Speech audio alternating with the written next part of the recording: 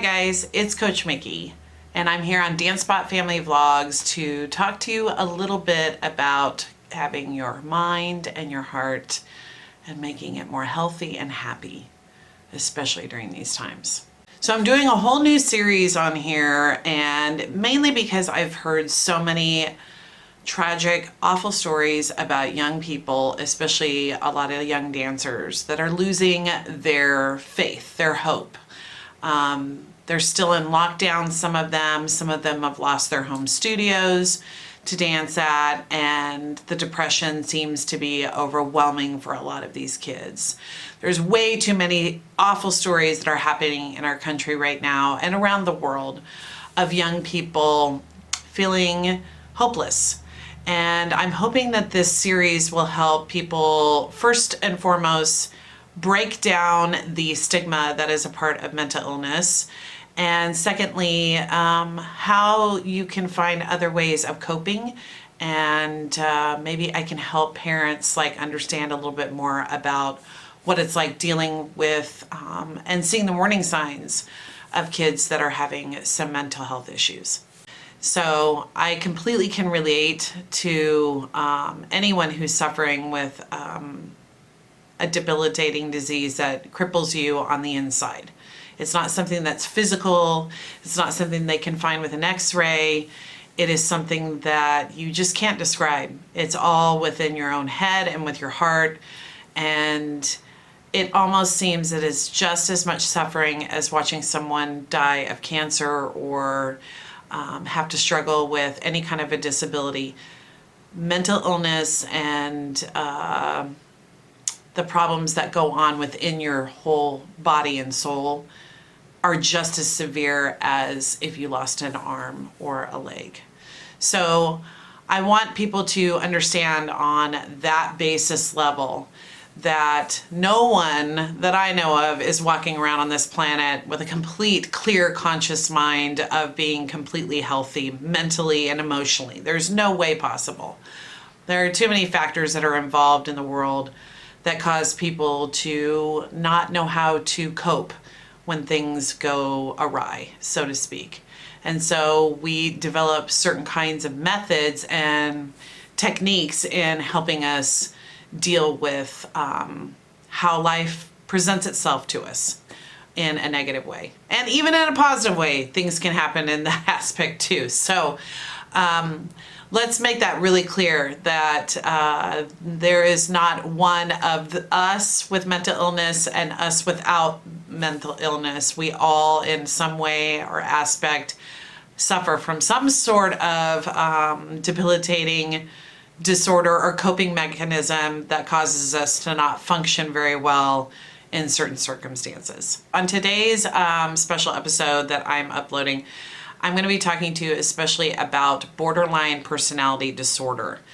Now, there are a lot of people that hear the word BPD or they hear borderline personality disorder and they instantly think the absolute worst. It is a mood disorder, and it is a disorder that does affect a lot of people in this country that you're not even aware of. You could probably even be living with someone who has this disorder and you never even knew it. What is BPD? BPD is a mood disorder that affects your ability to have interpersonal relationships with other people. Many people that have BPD have anger outbursts. They are unaware of their ability to read others. They have a really hard time understanding how to read other people. They also have huge anxieties of abandonment. And they always are constantly in fear that everyone is out to abandon them or out to get them, so to speak. People also with BPD have a hard time reading other people's emotions, and they automatically always tend to think the worst. They also have a hard time correlating cognitive thinking with emotional reactions. For example, say you see something on Facebook that's a little irritating to you, and you want to respond. Before you respond, you have a reaction to it. You read the post, it angers you, and then you think in your process, should I post something responsive back? Do I want to get into a Facebook war? Blah, blah, blah, blah, blah. Now, a person who has borderline personality disorder, there is a disconnect between those things. First and foremost, their emotional level is always at a red. There is no yellow or orange. Their emotions are constantly 24/7 at a red peak. And that's why a lot of people with BPD have extreme or radical outbursts that can be from any variation, from extreme, like they seem like they want to be the center of attention all the time because they're really, really loud at a party when they're laughing and they're happy. Or you call them a drama queen because when something sad happens, they're over dramatizing in your mind with the tears and the outbursts. When something happens that really makes them angry, say like somebody screwed up their sandwich at Subway, they're the type of person that would outburst and throw a big scene versus someone who would just be a little irritated. So that's just some small examples. Not every person who gets a little irritated has BPD and throws a tantrum in a store or whatever. Living with someone with BPD is an extreme. You have to have a lot of patience. First and foremost, you have to have a lot of understanding. There's a lot of really great highs and there's a lot of really great lows. I tend to notice with my son and with other people that I have known with BPD, they have the biggest hearts in the world. BPD people tend to sometimes come across as being narcissistic, and a lot of times people think they're very selfish. And they're actually the opposite in my mind. I think they have really, really big hearts, but they have a tendency to not being able to read responses or reactions from other people, which causes them to constantly feel worried and focused on why someone doesn't like them, or why someone isn't their friend, or why they can't seem to get along with coworkers at work, so forth and so forth. Or why they can't maintain a relationship. That's a big one for my son too. Now, there's also identity crisis issues too. I've noticed that over the years with my son where he is constantly dealing with identity issues. So they can go from very mild identity issues to extreme. For some people, it can be as much as just like that I'm constantly changing my hairstyle or my hair color if I have BPD because I don't really know where my hair or my looks are. There are a lot of people that have self-image issues that have BPD. That's where the food disorders come in with it too, as well as like body dysphoria, where they're constantly like maybe doing plastic surgeries on themselves, things like that, because they really don't know who they are as a person. They lose their identity. They're constantly trying to find and figure out where they fit in the world. And that's a heartbreaking thing to watch. Other thing that is really scary as a parent with someone who has BPD for your child is the fact that they're very big on risk taking. They're the type of people your kids will have experienced a lot of issues with sexuality issues, being very risky with that. They also will be very risky with use of drugs and alcohol, and they also can be very risky when it comes to like driving a vehicle. They're big risk takers. I'm not really sure as to why that's the reason, other than the fact that it's a coping mechanism for them because they have a hard time they can't relate to their emotions is the way it's been described to me. And so that they do these things to feel because they can't really feel on a normal level the way that you and I, or people that don't have borderline personality feel. So they have to do something extreme to get that feeling. And there's a lot of shame that goes on with BPD. mainly because of the risk-taking factors and the identity crisis issues. It causes them to get in conflict and have issues that result in a lot of shame. And that can result in a lot of self-harm. And that's really, really terrible to watch. They also use it as a coping mechanism. Again, it's about a feeling thing, controlling feelings, being able to feel things. And so a lot of times people, especially like with my son, they will use cutting as a way of, or, harming themselves, self-harm, with being able to control their emotions or to feel something, or to like let out their frustration on themselves and their anger at themselves for causing them to be in situations that they didn't necessarily want to happen, but they didn't have the cognitive thinking process to be able to like make rational decisions. And then the other thing that it can cause too is inappropriate ways on dealing and saying things to people in moments of anger. So in moments of anger, his mouth and the things that he can say can be really, really hurtful. And I've learned because of the disorder that it's not him necessarily. Like, he's not thought processing and saying, I'm going to say the meanest possible thing possible because he's an evil person on the inside. He's thought processing that on, I'm hurting and I want to hurt back. So this is the only way I know how. And then immediately after that's happened and they've calmed down, that shame of what they did just comes right back.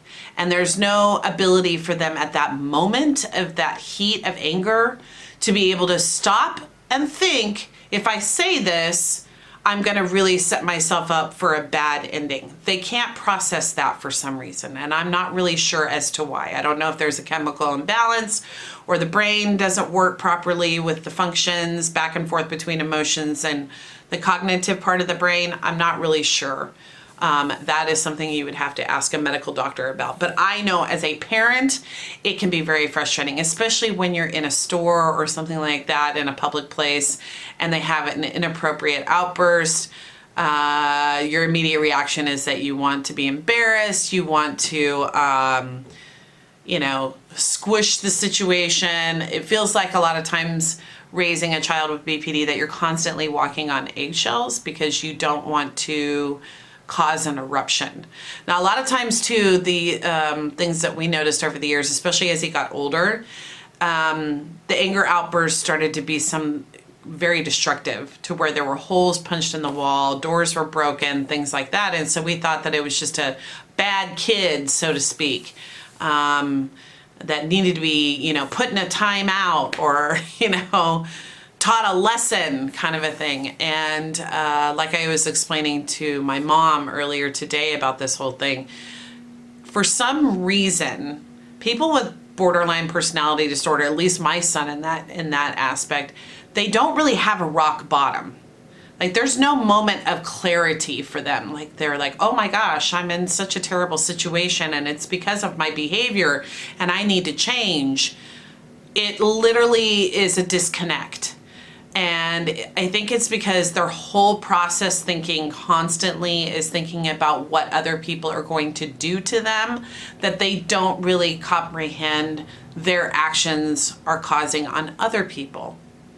So it's like they're constantly worried and putting up defense barriers, that they're not aware of the fact that by doing that, it's causing them to have conflict, which causes them to not be able to have a relationship, which spirals into this. I mean, it is a constant, just like spiral.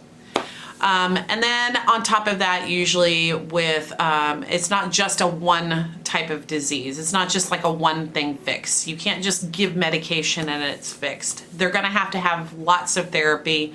They're going to have a lot of like training skills and figuring out when they're actually having an anxiety attack or when they're having a disassociation moment. They have that happen as well too.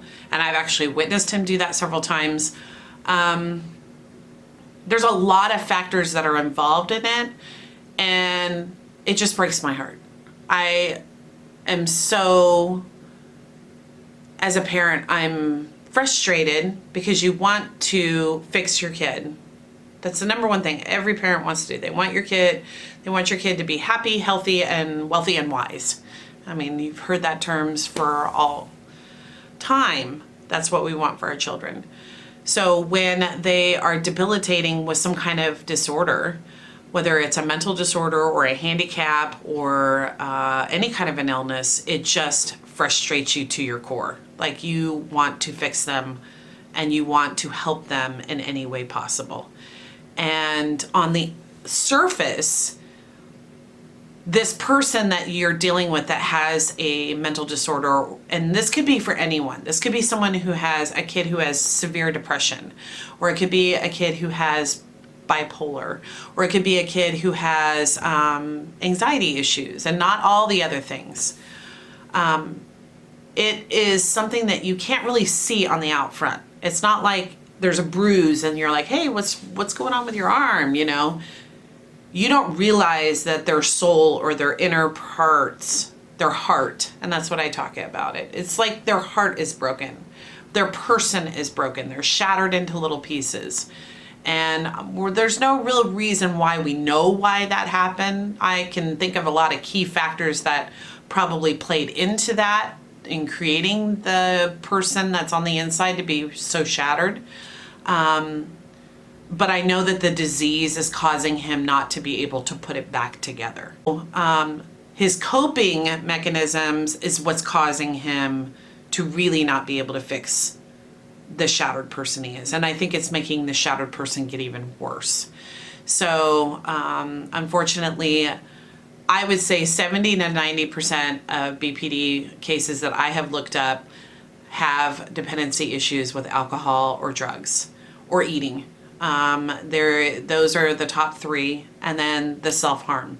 So on top of just dealing with not being able to emotionally connect to people or understand why people treat you the certain way that they do, or have all of these walls and barriers put up because they're afraid of hurt or abandonment, then you topple on top of that all of the coping issues, and that just can become a nasty cycle.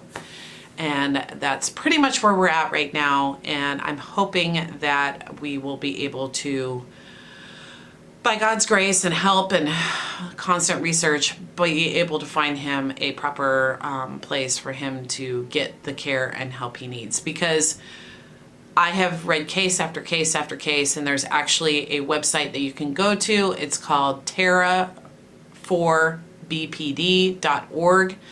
It is a great website for parents. And they actually have a form there, which is so sad to me. And I'm really trying to keep it together to not get emotional in this video, because I know that that is not what's needed right now. But there is a part on there that has a dedication to the amount of BPD persons that have taken their own life. And I know for a fact my son has probably attempted, that I know of, at least 4 times, if not more than that, within just this last year. So that's not including over his lifetime of how long he's suffered with this. They constantly are thinking about death, and they are constantly thinking about escaping the pain and the suffering that they're going through.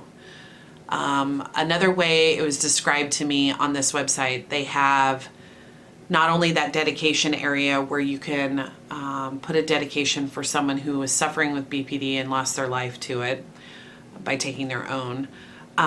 They also have a description of how to understand what it's like to live with BPD. So this was the most eye-opening thing. This woman was giving a presentation, and she was explaining it to you, like, you know how you have the headband with the little balls that like bounce up and down?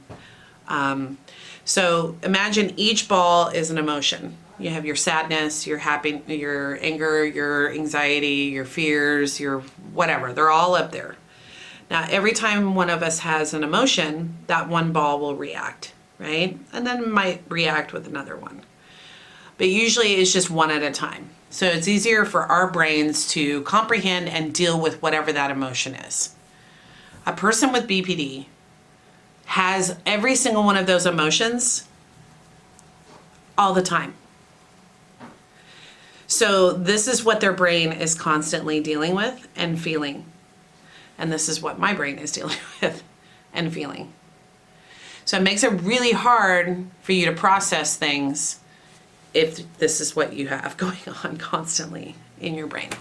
So if that can give you a little more visual understanding as to what it's like living with BPD on just an emotional cognitive level, just imagine what it's like when you add the alcohol and the drugs and the self-harm and the bad relationship issues and the shaming and the whatever. I mean, it's just a constant nightmare. And so I'm here to try and break that stigma about what borderline personality disorder is and get people to not be afraid to talk about it and not be afraid to ask your doctors about it. It was a very hard diagnosis for us to get. Since Billy was 3, he's been diagnosed with ADD, ADHD, ODD, Asperger's, bipolar, depression. You want me to go on? This has been going on since he was 3. So, and you will hear in almost every case, which was very, very comforting for me to go on that website on terra4bpd.org to see other parents telling their stories, because then I didn't feel so alone. I didn't feel like, oh my gosh, I'm the only one that's suffering, that's watching my child go through this suffering, and it's all by myself, and nobody understands what's going on. He's not a bad kid. He's just a little crazy. And not like a joke, but like seriously, he just doesn't know how to relate to certain situations. So, yeah. So if you have a child that you think is suffering from something that tragic, or any kind of a emotional illness whatsoever, please go get them help. Do not be afraid of the stigma of taking your child to a therapist, to a psychiatrist, to get them the help they need. The suffering is the worst part, and the longer that you don't get them the help, the worse it's going to be for them in their lifetime. Don't forget, call the helplines that I put down below if you're suffering with any kind of depression or anxiety or drug and alcohol issues. Call a helpline. It's okay. It's okay to call and reach for help, and it's definitely okay right now to not think that you're the only one that's suffering. So if you are suffering at all in any way, shape, or form, call for help. There are people there that are there to help you, and don't be afraid to reach out. Okay, I hope you guys stay happy, healthy, wealthy, and wise. I love you all. Peace out. Bye.